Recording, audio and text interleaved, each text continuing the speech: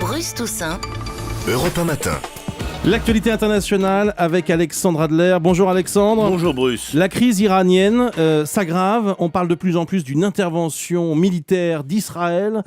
Ce qu'il faut comprendre, c'est que actuellement, ce qui se passe à l'intérieur de l'Iran est absolument déterminant dans cette crise. Vous dites même qu'on est au bord de la crise de régime à Téhéran. On est au bord de la crise de nerfs, certainement, de la crise de régime, probablement. Tout récemment encore, c'est une information que je recueillis hier, un groupe de dirigeants des gardiens de la Révolution, c'est-à-dire de l'armée idéologique du régime, est allé faire les reproches les plus graves à Ahmadinejad en considérant que le président était en train d'aggraver la crise et qu'il abandonnait la Syrie.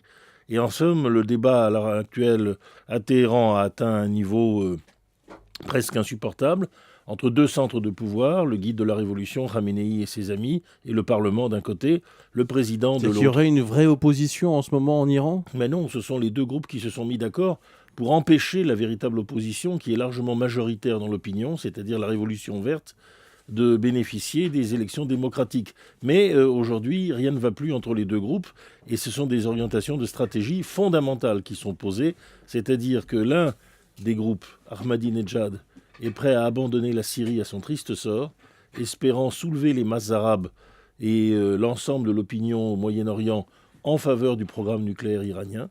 C'est la raison pour laquelle Ahmadinejad s'est relancé dans des attaques forissoniennes en disant qu'il avait fait reculer le mythe de la Shoah, etc. Et de l'autre côté, il y a ceux qui disent que la chute du régime syrien, avec les conséquences pour le Hezbollah au Liban, mais surtout la possibilité d'une insurrection générale en Syrie et en Irak, est insupportable pour Téhéran. Quel est le rôle de la Russie dans cette crise ? Eh bien, les Russes restent fidèles à la Syrie. Les Russes sont de plus en plus agacés par Ahmadinejad et par l'attitude iranienne en général.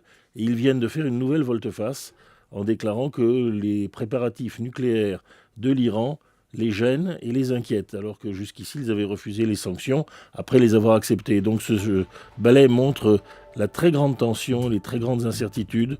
Nous en saurons bien plus dans quelques jours, mais je pense que la pression israélienne est à comprendre dans un climat qui approche de son point culminant. Merci Alexandre Adler.